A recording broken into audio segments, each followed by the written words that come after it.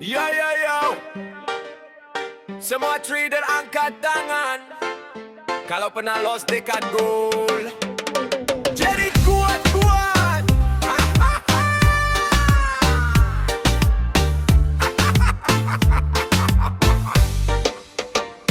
La la la, gol kau lah. Buat aku senyum, buat aku gila. La la la, gol kau lah. Profit sikit terus lupa dunia. La la la, gol kau lah. Lost pula mati seorang dalam kereta. La la la, gol kau lah. Esok trade lagi macam tiada apa.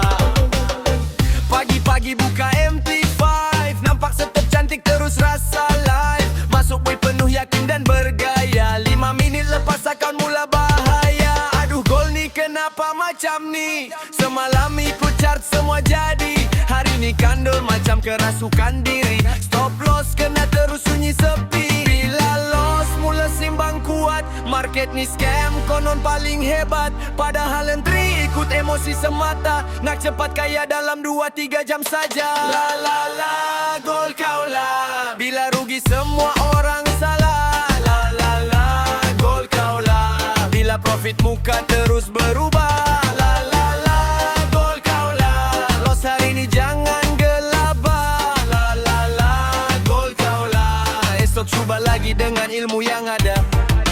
Screenshot profit terus upload story. Tulis caption rezeki hari ni.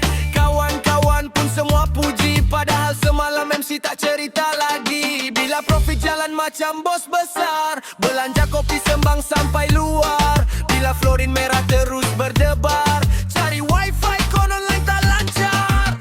Trader oh trader jangan tamak. Market ni bukan tempat tunjuk lagak. Untung sikit syukur dan rehat. Jangan semua lo kau nak hentam bulat. La la la, gol kau lah. Kadang atas kadang bawah. La la la, gol kau lah. Buat trader ketawa pecah. La la la, gol kau lah. Loss hari ni jangan gelabah. La la la, gol kau lah. Esok cuba lagi dengan ilmu yang ada.